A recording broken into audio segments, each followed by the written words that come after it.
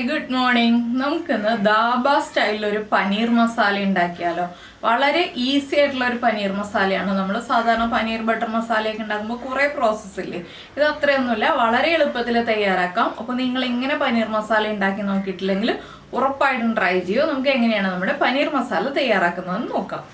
നമുക്ക് നമ്മുടെ ഇൻഗ്രീഡിയൻസ് നോക്കാം. ഞാനിപ്പോൾ 200 ഗ്രാം പനീർ എടുത്തിട്ടുണ്ട്. അതിലേക്കൊരു മീഡിയം വലിപ്പമുള്ള ക്യാപ്സിക്കം ഒരുവിധം വലിപ്പമുള്ള ക്യൂബ്സ് ആയിട്ട് കട്ട് ചെയ്തെടുത്തിട്ടുണ്ട്. 2 ടേബിൾ സ്പൂൺ തൈര് എടുത്തിട്ടുണ്ട്. ഒരു മീഡിയം വലിപ്പമുള്ള നല്ല പഴുത്ത തക്കാളി എടുത്തിട്ടുണ്ട്. നല്ല പഴുത്ത തക്കാളി തന്നെ എടുക്കുക. പിന്നെ 4 സവോള എടുത്തിട്ടുണ്ട്. ചെറിയ സവോളയാണ്. വലിയ സവോളയാണെങ്കിൽ 2 എണ്ണം എടുത്താൽ മതി.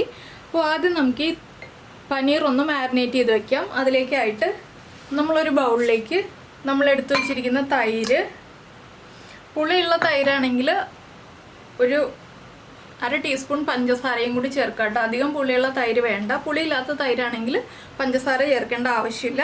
ഇതിലേക്ക് ഒരു 1/4 ടീസ്പൂൺ മഞ്ഞൾപ്പൊടി, പനീറിന് ആവശ്യമായ 1/2 ടീസ്പൂൺ ഉപ്പ്.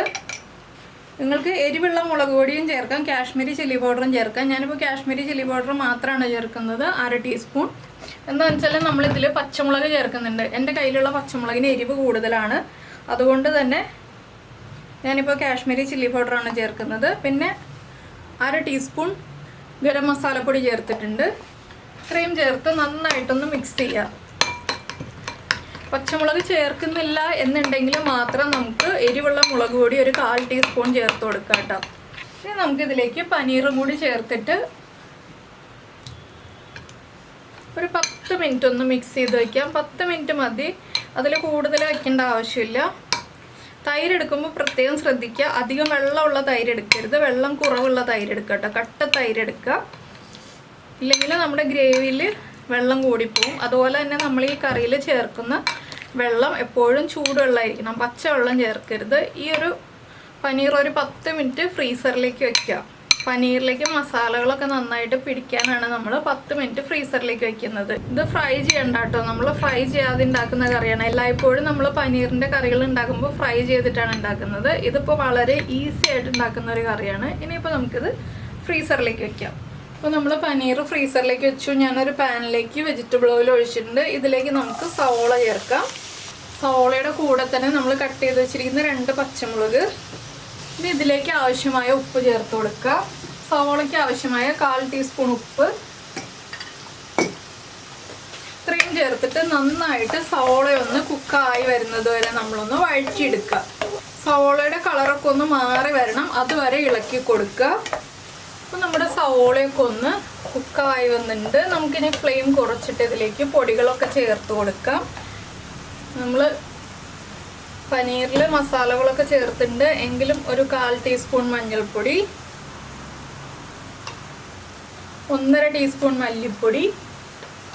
പച്ചമുളകിൻ്റെ എരിവുള്ളതാണ്, അതുകൊണ്ട് തന്നെ ഞാൻ വീണ്ടും കാശ്മീരി ചില്ലി പൗഡർ 1/2 ടീസ്പൂൺ ചേർക്കുന്നുണ്ട്.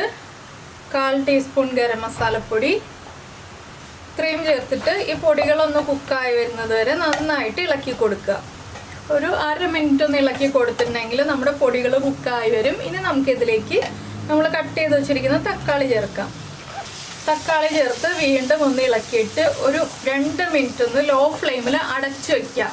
ലോ ഫ്ലെയിമിലായിരിക്കണം, കരിഞ്ഞു പോരുത്. ഇടയ്ക്കിടയ്ക്ക് ഇളക്കി കൊടുക്കുക. നമുക്ക് അടച്ചു വയ്ക്കാം. അപ്പോൾ നമ്മൾ തക്കാളിയും പൊടികളും എല്ലാം ചേർത്ത് അടച്ചു വെച്ചിട്ട് 1 മിനിറ്റ് കഴിഞ്ഞു. ഇനി നമുക്കിതിലേക്ക് മെയിൻ ഇൻഗ്രീഡിയൻസിൽ ഒന്നായ ജിഞ്ചർ ഗാർലിക് പേസ്റ്റ് ചേർക്കാം. ഇതിൽ ജിഞ്ചർ ഗാർലിക് പേസ്റ്റ് തന്നെ ചേർക്കാം കേട്ടോ. 1 teaspoon ginger garlic paste. Ginger garlic paste ചേർത്ത് നന്നായിട്ടൊന്ന് ഇളക്കി കൊടുക്കുക. തക്കാളിയൊക്കെ കുക്കായി കഴിഞ്ഞ് ജിഞ്ചർ ഗാർലിക് പേസ്റ്റ് ചേർക്കുകയാണെങ്കിൽ ജിഞ്ചർ ഗാർലിക് പേസ്റ്റ് പൊട്ടിത്തെറിക്കില്ല ഒട്ടും. ഇനി നമുക്കിതിലേക്ക് കുറച്ച് ചൂടുവെള്ളം ചേർത്ത് ഒന്ന് വീണ്ടും അടച്ചു വയ്ക്കാം. തക്കാളിയൊക്കെ നന്നായിട്ട് കുക്കായി ഒന്ന് ഉടഞ്ഞു വരാനായിട്ടാണ് നമ്മൾ വീണ്ടും അടച്ചു വയ്ക്കുക എന്ന് പറയുന്നത്. ഒരു 1/4 കപ്പ് ചൂടുവെള്ളം.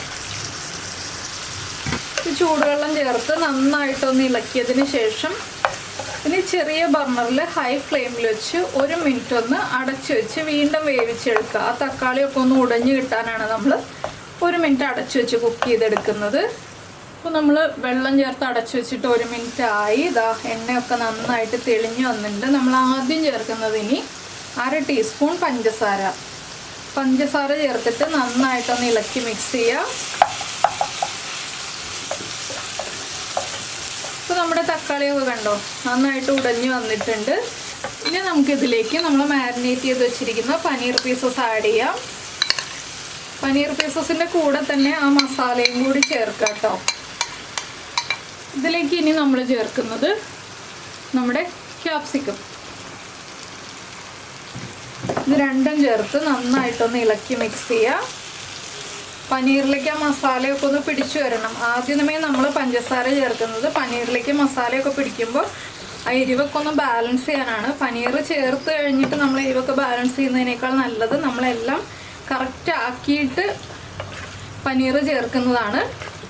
ഇനി നമുക്ക് ഗ്രേവി അധികം വേണ്ട എന്നുണ്ടെങ്കിൽ ഇതുപോലെ തന്നെ അടച്ചു വെച്ചിട്ട് കുക്ക് ചെയ്യാം. ഇതേ രീതിയിൽ തന്നെ അടച്ചു വെച്ചിട്ടൊരു 5 മിനിറ്റ് കുക്ക് ചെയ്തെടുത്തിട്ടുണ്ടെങ്കിൽ നമ്മുടെ പനീറിലേക്ക് ഈ മസാലയിലുള്ള ഗ്രേവിയൊക്കെ പൊതിഞ്ഞ് പിടിച്ച് കുക്കായി കിട്ടും. ഞാനൊരു സെമി ഗ്രേവി കൺസിസ്റ്റൻസിയിലാണ് കുക്ക് ചെയ്തെടുക്കുന്നത്. അതുകൊണ്ട് ഞാൻ കുറച്ച് വെള്ളം ചേർത്തിട്ടാണ് കുക്ക് ചെയ്തെടുക്കുന്നത്. ഒരു 3/4 കപ്പ് വെള്ളം ചേർക്കുന്നുണ്ട്. ചൂടുവെള്ളമാണ് ചേർക്കുന്നത്. ഇനി ഈ ഗ്രേവിയിലേക്ക് ഇടുന്ന പനീറും ക്യാപ്സിക്കവും ഒക്കെ ഒന്ന് കുക്കായി വരട്ടെ. ഒരുപാട് സമയം വേണ്ട, 5 മിനിറ്റ് മതി. 5 മിനിറ്റിൽ പനീറും ക്യാപ്സിക്കവും ഒക്കെ ഒന്ന് കുക്കായി വന്നോളും. എണ്ണയൊക്കെ തെളിഞ്ഞ് വരും. ഹൈ ഫ്ലെയിമിൽ വെക്കണം. ചെറിയ ബർണറിൽ, വലിയ ബർണറിൽ ഹൈ ഫ്ലെയിമിൽ വെക്കരുത്. അപ്പോൾ ഇതെല്ലാം ചേർന്ന് കുക്കായി വരട്ടെ. അതിനുശേഷം നമുക്ക് ഉപ്പ് ചെക്ക് ചെയ്തിട്ട് ഉപ്പ് കുറവാണെങ്കിൽ ഉപ്പ് ആഡ് ചെയ്ത് കൊടുക്കാം. എരിവ് കുറവാണെങ്കിൽ 1-2 പച്ചമുളക് സ്പ്ലിറ്റ് ചെയ്ത് ചേർക്കാം. ഇതിലേക്ക് നമുക്ക് ഇനി ഒരു ഇമ്പോർട്ടൻ്റ് ആയിട്ടുള്ള ഇൻഗ്രീഡിയൻറ്റും കൂടി ചേർക്കാനുണ്ട്. കുറച്ച് മല്ലിയില കട്ട് ചെയ്ത് ചേർക്കാം. ഇത് നമ്മൾ കറി അടച്ചു വയ്ക്കുന്നതിന് മുന്നേ തന്നെ ചേർക്കേണ്ട ഒരു ഇമ്പോർട്ടൻ്റ് ആയിട്ടുള്ള ഇൻഗ്രീഡിയൻ്റ് ആണ്. ഈ മല്ലിയിലയും കൂടി ചേർത്തിട്ട് നമുക്ക് കറി ഒന്ന് അടച്ചു വെച്ചിട്ട് 5 മിനിറ്റ് വേവിച്ചെടുക്കാം. ഇപ്പോൾ നമ്മൾ നമ്മുടെ കറി അടച്ചു വെച്ചിട്ട് ഒരു 5 മിനിറ്റ് ആയി. ഇത് കണ്ടോ പനീറൊക്കെ കുക്കായി നന്നായിട്ട് എണ്ണയൊക്കെ തെളിഞ്ഞു വന്നിട്ടുണ്ട്. ഇനി ഇതിലേക്ക് നമുക്ക് 1 ടീസ്പൂൺ കസൂരി മേത്തി എടുത്ത് കയ്യിൽ നന്നായിട്ടൊന്ന് തിരുമ്മിയിട്ട് ചേർത്ത് കൊടുക്കാം. പിന്നെ ലാസ്റ്റ് സെർവ് ചെയ്യുമ്പോൾ കുറച്ച് മല്ലിയിലയും കൂടി കട്ട് ചെയ്ത് സെർവ് ചെയ്യാം. അപ്പോൾ ഇത്രയേ ഉള്ളൂ നമ്മുടെ ധാബ സ്റ്റൈൽ പനീർ മസാല. വളരെ ഈസി ആയിട്ട് ഉണ്ടാക്കാൻ പറ്റുന്ന റെസിപ്പിയാണ്. ഞാനപ്പോൾ ഈ ഒരു ഗ്രേവി ഇത്രയും ഗ്രേവിയോടുകൂടിയാണ് കേട്ടോ സെർവ് ചെയ്യുന്നത്. ഫ്ലെയിം ഓഫ് ചെയ്യാൻ പോവാണ്. പനീറൊക്കെ കറക്റ്റായിട്ട് കുക്കായിട്ടുണ്ട്. നമ്മുടെ ക്യാപ്സിക്കാണെങ്കിലും ഓവർ കുക്കായി പോയിട്ടില്ല, വല്ലാതെ ഉടഞ്ഞു പോയിട്ടില്ല. ഇത് കണ്ടോ കളറും വല്ലാതെ അങ്ങ് മാറിപ്പോയിട്ടില്ല. പനീർ പീസുകളൊന്നും ഉടഞ്ഞു പോവില്ല. അപ്പോൾ നിങ്ങളെല്ലാവരും എന്തായാലും പനീർ ഉണ്ടെങ്കിൽ ഉറപ്പായിട്ടും ഈ റെസിപ്പി ട്രൈ ചെയ്ത് നോക്കും. വളരെ ഈസി ആയിട്ട് ഉണ്ടാക്കാൻ പറ്റുന്ന പനീർ റെസിപ്പിയാണ്. തക്കാളിയോ സവാളയോ ഒന്നും വഴറ്റി അരയ്ക്കോ അങ്ങനെ ഒന്നും ചെയ്യേണ്ട. ഫ്രഷ് ക്രീമൊന്നും വേണ്ട, ക്യാഷ്നട്ട് അരയ്ക്കേണ്ട, അങ്ങനെയൊന്നും ചെയ്യേണ്ടാത്ത വളരെ ഈസി ആയിട്ട് ഉണ്ടാക്കാൻ പറ്റുന്ന റെസിപ്പിയാണ്. അപ്പോൾ എല്ലാവരും ട്രൈ ചെയ്ത് നോക്കിയിട്ട് ഫീഡ്ബാക്കൊക്കെ നമ്മൾ അറിയിക്കുക. അതുപോലെ തന്നെ ഇഷ്ടമായ റെസിപ്പിയാണെങ്കിൽ ഒന്ന് ലൈക്ക് ചെയ്യാനും കൂടി മറന്നു പോരുത് കേട്ടോ. പിന്നെ നമ്മുടെ ചാനൽ ആദ്യമായിട്ട് കാണുകയാണെങ്കിൽ നമ്മുടെ വീഡിയോ പ്രസൻറ്റ് ചെയ്യുന്ന രീതിയൊക്കെ ഇഷ്ടമായി എന്നുണ്ടെങ്കിൽ നമ്മുടെ ചാനലൊന്ന് സബ്സ്ക്രൈബ് ചെയ്ത് സപ്പോർട്ട് ചെയ്യണേ. പിന്നെ ഈ സമയത്താണെങ്കിലും എരിവും ഉപ്പുമൊക്കെ ചെക്ക് ചെയ്തിട്ട് നമുക്ക് പച്ചമുളകും അതുപോലെ ഉപ്പും പഞ്ചസാരയും ഒക്കെ ആഡ് ചെയ്യാവുന്നതേ ഉള്ളൂ. ഈ ഒരു കറിയിൽ ഏത് സ്റ്റേജിൽ വേണമെങ്കിലും എരിവും ഉപ്പും ഒക്കെ ആഡ് ചെയ്യാവുന്നതേ ഉള്ളൂ. അപ്പോൾ എല്ലാവരും റെസിപ്പി ട്രൈ ചെയ്ത് നോക്കുമല്ലോ. നമുക്ക് നമ്മുടെ അടുത്ത റെസിപ്പിയുമായിട്ട് അടുത്ത ദിവസം വീണ്ടും കാണാം.